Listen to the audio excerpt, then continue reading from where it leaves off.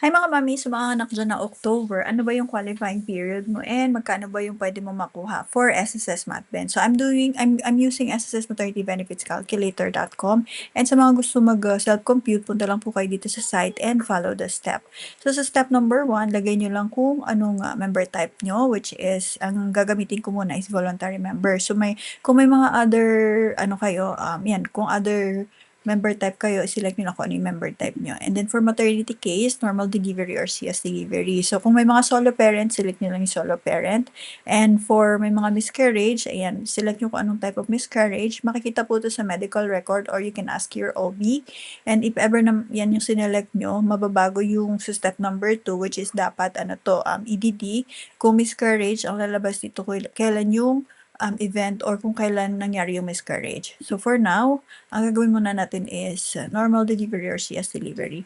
And then for month of October 2026, click nyo lang yung show qualifying period, and then ito yung lalabas na qualifying period. Yung July 2025 to June 2026, ito yung qualifying period for the month of October. So kailangan meron kang at least 3 months posted contribution to qualify.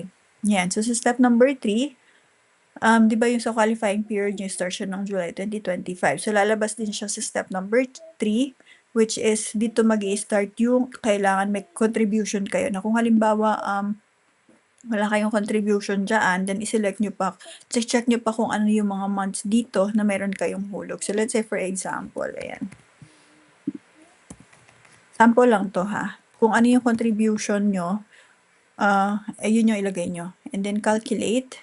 So, ito yung estimate na pwede kong makuha kay SSS based dito sa contribution na inilagay ko. So, ganun lang kadali yung pag-check ng qualifying period and yung estimate matben mo. So, sa mga gusto po magpa-compute or magpa-check ng kanilang matben, comment lang your EDD, your month contribution, and your member type, or for self-computation, punta lang kayo sa SSS Maternity Benefits Calculator.com. And mga mami, so just in case you need extra fund, I have a referral link po dito.